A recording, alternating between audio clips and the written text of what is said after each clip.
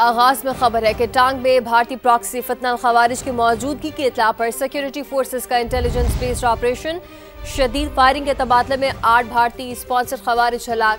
ISPR के मुताबिक operation के दौरान सिक्योरिटी फोर्सेस ने खवारिज के ठिकानों को मौसर अंदाज में निशाना बनाया है। आपको बताएं कि हलाक ख्वारिज फोर्सेस कानून नाफिज करने वाले इदारों और शहरियों पर हमलों में मुलव्विस थे। हलाक ख्वारिज से असलहा और गोला बारूद भी बरामद हुआ है। इलाके में मजीद ख्वारिज के खात्मे के लिए क्लियरेंस ऑपरेशन जारी है। सिक्योरिटी फोर्सेस दहशतगर्दी के मुकम्मल खात्मे तक कार्रवाइयां जारी रखेगी। तो यहाँ खबर है जिससे मुतालिक आपको अपडेट किया जा रहा है। टांक में भारतीय प्रॉक्सी फितना ख्वारिज की मौजूदगी की इत्तला पर सिक्योरिटी फोर्सेस का इंटेलिजेंस बेस्ड ऑपरेशन हुआ है। शदीद फायरिंग के तबादले में 8 भारतीय स्पॉन्सर्ड ख्वारिज हलाक हुए हैं।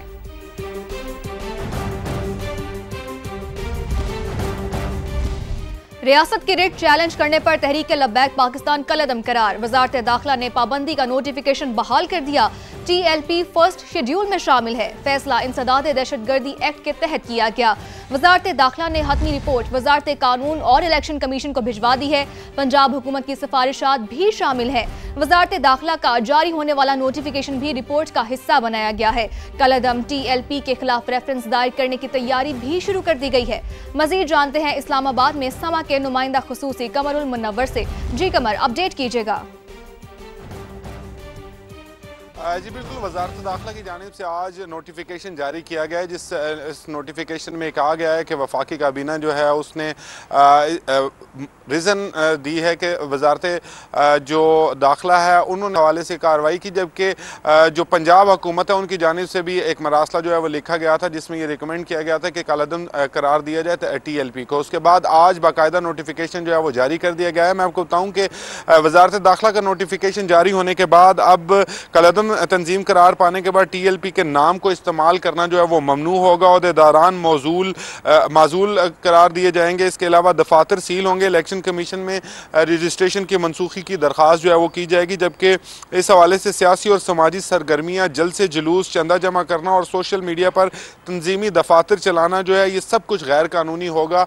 इस नोटिफिकेशन के बाद जो है अब कलअदम तंजीमों की जो फहरिस्त तैयार की गई है नेक्टा की जानिब से, TLP का नाम उस फहरिस्त में भी शामिल किया जाएगा और उसके बाद ये तमाम मराहिल कानूनी जवाबित और दस्तयाब शवाहिद ये रियासती इदारों की सिफारिशात की रोशनी में आगे बढ़ाए जाएंगे। जिसके बाद अब एक वजारत दाखिला और ने अपनी रिपोर्ट जो है वो वजारत कानून और इलेक्शन कमीशन को भिजवाई है, जिसमें वजारत दाखिला का जारी होने वाले जो नोटिफिकेशन है ये भी उसका हिस्सा होगा, जबकि पंजाब हुकूमत की जानिब से जो सिफारिश की गई थी TLP को बैन करने की वो भी इस मरासले का हिस्सा होगी, जो वजारत कानून जो है वो इलेक्शन कमीशन को जो है वो भिजवाएगा और उसके बाद TLP को इलेक्शन कमीशन को भिजवाई जाएगी। बहुत शुक्रिया कमर हमें अपडेट करने का। अब आपको बताएं कि पंजाब में असलहा कल्चर और स्मगलिंग के मुकम्मल खात्मे के लिए वज़ीर आला मरियम नवाज ने बड़ा इकदाम उठा लिया है। सख्त असलहा कवानी, नए रेगुलेशन सिस्टम और ड्रोन पॉलिसिंग की मंजूरी दे दी गई है। 10 लाख लाइसेंस याफ्ता असलहा की असर-ए-नो जांच पड़ताल और सख्त स्क्रूटनी की जाएगी। सिर्फ पुलिस एहलकार और रजिस्टर्ड सिक्योरिटी गार्ड्स को असलहा रखने की इजाजत होगी। लाहौर से अब्बास नकवी की रिपोर्ट। क्राइम के खात्मे का मिशन, वज़ीर आला पंजाब मरियम नवाज की जेर सदारत गैर मामूली इजलास। पंजाब को असलहा से पाक करने के लिए अहम तरीन फैसले। सूबा भर में मौजूद 10 लाख लाइसेंस याफ्ता असलहा की असर-ए-नो जांच पड़ताल और सख्त स्क्रूटनी की जाएगी। सिर्फ पुलिस एहलकार और रजिस्टर्ड सिक्योरिटी गार्ड को असलहा रखने की इजाजत होगी। वज़ीर आला मरियम नवाज ने कहा, पंजाब को पुरअमन, असलहा से पाक और जदीद टेक्नोलॉजी से लेस सूबा बनाना मेरा मिशन है। ड्रोन पॉलिसिंग और नया security and arms regulation system तैयार। पंजाब हुकूमत का surrender of illegal arms act 2025 मुतारिफ कराने का ऐलान। गैर कानूनी असलहा रखने वाले अफराद को 15 दिन के अंदर अंदर असलहा वापस करना होगा। लाइसेंस रखने वाले और जारी करने वाले दोनों की तस्दीक होगी। निजी सिक्योरिटी कंपनियों को रेगुलराइज किया जाएगा और इनके गार्ड्स को पंजाब पुलिस हेल्पलाइन 15 से मुंसलिक किया जाएगा। असलहा कल्चर की हौसला शिकनी के लिए हुकूमत ने सालाना लाइसेंस फीस में 100% इजाफा भी कर दिया है। अब्बास नकवी, समा, लाहौर। जबकि IG पंजाब उस्मान अनवर कहते हैं कि नाजायज असलहा छुपाना किसी के लिए मुमकिन नहीं होगा। अवाम इस मुहिम को संजीदा ले। सूबे से हर किस्म के माफिया का खात्मा कर रहे हैं। जुराइम की शरह में 70% कमी आई है। आज भी जिन लोगों का ये ख्याल है कि वो उस नाजायज असले को रख सकेंगे, कहीं दफना सकेंगे, कहीं छुपा सकेंगे, तो हमारे पास विसल ब्लोइंग का मैकेनिज्म आ रहा है, that has already been established at 15। आप काइंडली कानून के ऊपर अमल कीजिएगा। औरतों और बच्चों को चीफ मिनिस्टर पंजाब ने पहली असेंबली की तकरीर में कहा था कि मेरी रेड लाइन है। किसी बदमाश को हमने इजाजत न दी है न देंगे कि वो इस रेड लाइन को अबूर कर सके। हमने वर्चुअल वुमेन पुलिस स्टेशन बनाया जिसने 1.5 लाख से ज्यादा दरखास्तों को न सिर्फ रिजॉल्व किया बल्कि उसका फॉलो अप लिया। 2500 से ज्यादा किडनैप मिसिंग बच्चों को उनके पेरेंट्स से मिलवाया है। 70% क्राइम जो है कम गया और कई दिन कुछ जिलों में क्राइम नहीं होता। सीएम साहबा ने सिर्फ और सिर्फ बॉर्डर चेक पोस्ट के लिए $2.5 अरब डेवलपमेंट में दिया। Additional IG CCD Suhail Zafar Chatha कहते हैं कि सूबे में जराइम पर जीरो टॉलरेंस पॉलिसी अपना रहे हैं। कत्ल की वारदातों में 49, गाड़ियां छीनने की वारदातों में 62% कमी आई है। लाहौर में आईजी पंजाब के हमरा न्यूज कॉन्फ्रेंस करते हुए कहा कि सूबे को असलहे से पाक कर रहे हैं। गैर कानूनी असलहा जमा कराने के लिए 15 दिन का वक्त दिया है। हमारा टारगेट है अगले 4 महीने के दौरान हम अराउंड 75% रिडक्शन, 75% उसमें रिडक्शन करना चाहते हैं। वो क्राइम जिनके अंदर गन इस्तेमाल होती है, पिस्टल यूज होता है। बहुत जरूरी है कि पंजाब के अंदर असले को खत्म किया जाए। हर वो शख्स जिसके पास गैर कानूनी हथियार मौजूद है 15 दिन के अंदर अंदर वो सीसीडी के पुलिस स्टेशन में या वो मराकज जहां पे हम लिस्ट देंगे वहां पे जाएं और अपने हथियार को सरेंडर कर दें, अपने दुश्मनों से सुलह कर दें। अगर वो समझते हैं कि सुलह मुमकिन नहीं है तो और खदशात भी मौजूद हैं तो वो दुबई जा सकते हैं, किसी और जगह जा सकते हैं। पाकिस्तान में बैठ के वेपन्स की ब्रांडिशिंग करना और इम्प्यूरिटी के साथ बाकी लोगों को हरासा करना, दुश्मनी की बुनियाद के ऊपर किसी इंडिविजुअल को लाइसेंस नहीं मिल सकता कि वो 15-15, 20-20 वेपन्स के लाइसेंस वाले वेपन्स भी हों और उनको उठा के घूमता फिरे। प्राइवेट सिक्योरिटी कंपनीज हैं, सिक्योरिटी कंपनीज का कोई मयार नहीं है, उसके लिए एक बड़ा सख्त मयार बनाया जा रहा है। स्पेशल सेक्रेटरी दाखिला पंजाब फजल रहमान कहते हैं कि असले के हवाले से कवानीन और सजाओं में तब्दीली की जा चुकी है। 10 लाख लाइसेंस की स्क्रूटनी की जाएगी। इलीगल वेपन्स के हवाले से बात की गई है, उसके जो हुकूमत पंजाब ने जून 25 में चेंजेस की पंजाब ऑर्डीनेंस 1965 का एक ऑर्डीनेंस है उसमें, जिसके बाद अब ये तमाम इसकी जो सज़ाएँ हैं नॉन बेलेबल हो चुकी हैं। 1 मिलियन के जो इस वक्त हमारे पास आर्म्ड लाइसेंस हमने दिए हुए हैं उनकी दोबारा स्क्रूटनी करने लगे। फाइनल इसमें जिनकी हमने ये लाइसेंस कैंसिल करने हैं उसके लिए फिर ये होम डिपार्टमेंट के पास केसेस आएंगे तो फिर हम वो लाइसेंस कैंसिल कर देंगे। अब आपको बताएं कि हंगू में पुलिस चेक पोस्ट पर बारूदी मवाद का धमाका, एसपी असद जुबैर और 2 अहलकार शहीद हो गए।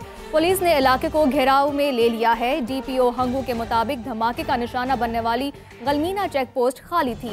इत्तला पर पुलिस टीम मौका पर रवाना हुई। इस दौरान बलियामिना के मुकाम पर एसपी की गाड़ी के करीब बारूदी मवाद धमाका हुआ और जिसके नतीजे में असद जुबैर अपने 2 जवानों समेत शहीद हो गए। एक अहलकार जख्मी हो गया। डीपीओ हंगू खान जेब खान के मुताबिक एसपी असद जुबैर गुज़िश्ता 1 महीने से खारिज के खिलाफ ऑपरेशन में सरगर्म थे और खारिज को इलाका बदर करने में अहम किरदार अदा कर रहे थे, जिस पर उन्हें तारीफी असनाद भी दी गई।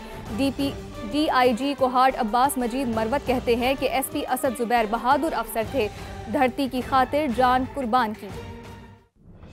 पुलिस ने आज सर्च एंड स्ट्राइक ऑपरेशन रखा हुआ था इलाके में। नाकाबंदी से तकरीबन 100 मीटर दूर एक पुलिस की पुरानी चौकी थी। ठीक 2 बजे इस चौकी में एक आईडी ब्लास्ट हुआ। हमारे एसपी ऑपरेशंस हंगू असद जुबैर खान बमा बाकी पुलिस नफरी जैसे ही मौके के करीब पहुंचे तो आईडी ब्लास्ट हुआ। असद जुबैर खान को जब हॉस्पिटल लाए वो जख्मों की ताब न लाते हुए शहीद हो गए थे। वज़ीर-ए-आज़म शहबाज शरीफ की हंगू में चेक पोस्ट पर हमले की शदीद मजम्मत, शहदा के दर्जात की बुलंदी और अहल खाना के सब्र जमील की दुआ की। वज़ीर-ए-आज़म ने कहा दहशत गर्दी के खिलाफ जंग में पुलिस ने हरावल दस्ते का किरदार अदा किया, मुल्क से दहशत गर्दी के खात्मे के लिए पुरआज़्म है। वफाकी वज़ीर दाखिला मोहसिन नकवी की हंगू में पुलिस गाड़ी के करीब धमाके की मजम्मत, कहा शहीद एसपी असद जुबैर और दोनों पुलिस एहलकारों की कुर्बानी रायगा नहीं जाएगी। केपी पुलिस के अफसरान और जवानों की कुर्बानियों को फरामोश नहीं किया जा सकता। हंगू बम धमाका, वज़ीर आला खैबर पख्तूनख्वा की मजम्मत, IG से रिपोर्ट तलब कर ली। अमन अमान की सूरत हाल पर एपिक्स कमेटी का इजलास भी बुला लिया। सुहेल आफरीदी ने कहा कि वाक़या इंतहाई अफसोसनाक है, मुलव्विस अनासिर को कैफरे किरदार तक पहुँचाएंगे। बुज़दिलाना हमले पुलिस CTD के हौसले को पस्त नहीं कर सकते। जबकि दूसरी जानिब वज़ीर आला KP ने पुलिस के लिए नई गाड़ियों की मंजूरी दे दी। 4 APC, 39 single cab, 34 double cab और 15 पिकअप गाड़ियां मंजूर कर ली गई हैं। वज़ीर आला सुहेल आफरीदी ने कहा कि पुलिस को 7 दीगर अक़साम की गाड़ियां भी फराहम की जाएंगी। वफाकी हुकूमत के रवैये के बावजूद पुलिस को जदीद सहूलियात दे रहे हैं। हमारे जवान फ्रंट लाइन पर लड़ रहे हैं। पुलिस को 1 अरब 89 करोड़ रुपए की लागत से बुलेट प्रूफ गाड़ियां फराहम की जा रही हैं। पाकिस्तान के खिलाफ अफगान तालिबान रजीम का मजमूम प्रोपेगेंडा बेनकाब हो गया। वजारत इत्तलात ने झूठे बयानी और जाली वीडियोस के जरिए फैलाए गए गुमराहकुन मवाद का पर्दा चाक कर दिया है। वजारत इत्तलात के मुताबिक भारत और अफगान तालिबान से मुंसलिक सोशल मीडिया अकाउंट्स पाकिस्तान मुखालिफ मुनज़्ज़म प्रोपेगेंडा में सरगर्म हैं और इन अकाउंट्स ने चमन इज्तिमा की पुरानी वीडियोस को हालिया वाक़यात का रंग देकर फैलाना शुरू कर दिया। तहक़ीक़ात के मुताबिक ये वीडियोस दिसंबर 2022 में होने वाले चमन इज्तिमा की हैं। जाली खबरें, मनगढ़ंत तस्वीर और झूठा बयानिया अफगान तालिबान के मुनज़्ज़म मुहिम का हिस्सा है। वज़ारत इत्तलात के मुताबिक पुरानी वीडियोस को नया ज़ाहिर करके हकीकत को मस्ख़ करना तालिबान रजीम के मज़मूम अज़ाइम की अक्कासी करता है। भारत पाकिस्तान दुश्मन प्रोपेगेंडे में अफगान तालिबान में की प्रोपेगेंडा मशीन का सबसे बड़ा सहूलतकार है। पाकिस्तान और अफगानिस्तान के दरमियान मुज़ाकरात कल तुर्किया में होंगे। तर्जुमान दफ्तर खारजा कहते हैं कि पाकिस्तान की दोहा मुज़ाकरात के तहत अफगानिस्तान की सूरत हाल पर नज़र है। उम्मीद है अफगानिस्तान अपनी सरजमीन पाकिस्तान के खिलाफ इस्तेमाल नहीं होने देगा। क़याम अमन के लिए कतर के किरदार को सराहते हुए अफगानिस्तान से दोहा मुज़ाकरात में किए गए वादों पर अमल दरामद का मुतालबा भी कर दिया। इस्लामाबाद से देखिए ये report.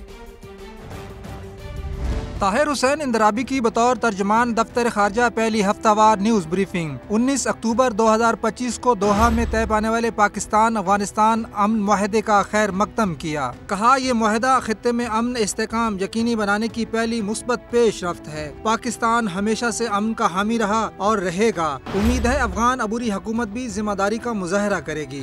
As a responsible state committed to regional peace and stability, Pakistan does not seek escalation, but urges the Afghan Taliban authorities to honor their commitment to the international community and address Pakistan's legitimate security concerns by taking verifiable action against terrorist entities including FAK, TTP, FAH and BLA. तर्जुमान दफ्तर खारजा पर उम्मीद है कि Istanbul में कल से शुरू होने वाले मुज़ाकरात अमन की कोशिशों को मज़ीद तक़वियत देंगे।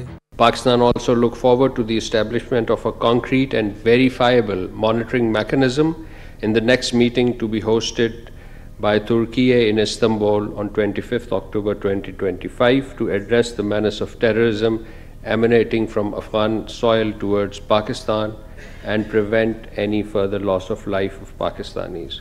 एक सवाल पर तर्जमान ने वाज़ेह किया कि अफगानिस्तान की जानिब से पाकिस्तान के खिलाफ डैम्स के मामलात काफ़ी अरसे से चले आ रहे हैं। पाकिस्तान दरियाए कुनड़ के हवाले से आलमी कवानीन की पासदारी करेगा। पाकिस्तान इक्तिसादी राहदारी मंसूबे के दूसरे मरहले में दाखिल हो रहा है। तवज्जो कारोबारी रवाबित, सरमायाकारी और मुश्तरका खुशहाली पर मरकूज है। वज़ीर आज़म शहबाज शरीफ ने रीजनल ट्रांसपोर्ट मिनिस्टर्स कॉन्फ्रेंस को इलाके रवाबित के लिए इंतहाई अहम करार दे दिया। कहते हैं कि trans Afghan railway Islamabad, Tehran, Istanbul railway corridor पर काम कर रहे हैं। इलाके रवाबित में इजाफे से मुआशी और तिजारती शोबे में इनकलाब आएगा। Ancient Silk Route, today's Belt and Road Initiative. Our region has always been a conduit and a channel of great opportunities. Pakistan's long coastline also makes our ports of Gwadar and in future many other potential ports on this coastline, including Karachi, as key transit points on the maritime Silk Road. CPAC has been a transformative experience for this region, connecting markets, bringing people together across China, Central Asia, South Asia and the Middle East. We are now entering into the second and very exciting phase of CPAC 2.0. We are also working on a number of rail connectivity projects like the Trans-Afghan Railways and the Islamabad-Tehran-Istanbul connectivity. And this opportunity to revolutionize cross-border trade and connectivity. I am confident that these mega projects synergize the economic strengths of regional countries and usher in a new era of enhanced trade, economic cooperation and energy collaboration in the region. वफाक़ी वज़ीर मवासलात अब्दुल अलीम खान का कहना है कि खत्ते की मईशतों को जोड़ने और अवाम को करीब लाने के लिए नक़्ल व हमल के लिए दरकार बुनियादी ढांचे को बेहतर बनाया जाए, जदीद मालियाती ज़राए अपनाया जाए और बैनुल-अक़वामी शराकतदारियों को फ़रोग़ दिया जाए। इस्लामाबाद में रीजनल ट्रांसपोर्ट मिनिस्टर्स कॉन्फ्रेंस से खिताब में अब्दुल अलीम खान ने कहा कि शुरका ने वीज़े की सहूलियात को आसान बनाने पर जोर दिया है। We have reiterated our resolve to pursue a vision of regional cooperation that connects our economies and our people. We collectively recognized the urgent need to bridge missing infrastructure, links for seamless regional transit, the importance of innovative financing, and partnerships with international development institutions. To further strengthen regional connectivity, participants emphasized the importance of liberal visa facilitation schemes for drivers, crew members and logistic personnel. The ECO visa sticker scheme was recognized as a valuable initiative. We also underlined the importance of road safety, the protection of vulnerable users, and the harmonization of safety standards. In the maritime sphere, we reaffirmed our shared interest in promoting a blue economy, with Gwadar Port envisioned as a future hub of regional trade and prosperity. That Government of Pakistan stands ready to continue facilitating dialogue, partnerships, joint ventures, joint initiatives that will advance our shared connectivity agenda. Israeli कार्रवाई और Hamas का गैर मुसल्लह होने से इनकार, दोनों जंगबंदी माहिदे की खिलाफ वर्जी तस्वर होंगी। अमरीकी वज़ीर ख़ारजा मार्को रूबियो की इसराइल में प्रेस कॉन्फ्रेंस, कहा 2 दर्जन से ज़ायद ममालिक ने जंगबंदी माहिदे की तौसीक़ की है, तमाम फरीक अमल दरामद के पाबंद है, मगरबी किनारे को जम करने की पॉलिसी अमन अमल के लिए खतरा है, नहीं समझता कि इसराइल ऐसा कोई इकदाम उठाएगा। मार्को रूबियो ने कहा है कि मुआहिदे के अगले मरहले तक जाने के लिए बैनुल-अक़वामी फोर्स की तैनाती ज़रूरी है, जिस पर बातचीत जारी है। गजा के इमदादी प्रोग्राम में अनरवा का कोई किरदार नहीं। हमास जंगबंदी मुआहिदे पर कारबंद है, इसराइल खिलाफ वर्जी कर रहा है। मुआहिदे की पासदारी के लिए इसराइल पर पाबंदियां आयद होनी चाहिए। तुर्क सदर रजब तय्यब एर्दोगान की मीडिया से गुफ्तगू, कहा गजा की तामीर नौ का बोझ कोई मुल्क अकेला नहीं उठा सकता। गजा टास्क फोर्स के कयाम पर बातचीत जारी है, तुर्किया हर मुमकिन सपोर्ट फराहम करने के लिए तैयार है। तुर्क सदर ने अमेरिका और यूरोपीय ममालिक से इसराइल पर दबाव डालने का मुतालबा कर दिया। तुर्क सदर के मुताबिक कतर और ओमान से यूरो फाइटर जेट की खरीदारी से मुतालिक हौसला अफजा बातचीत हुई है।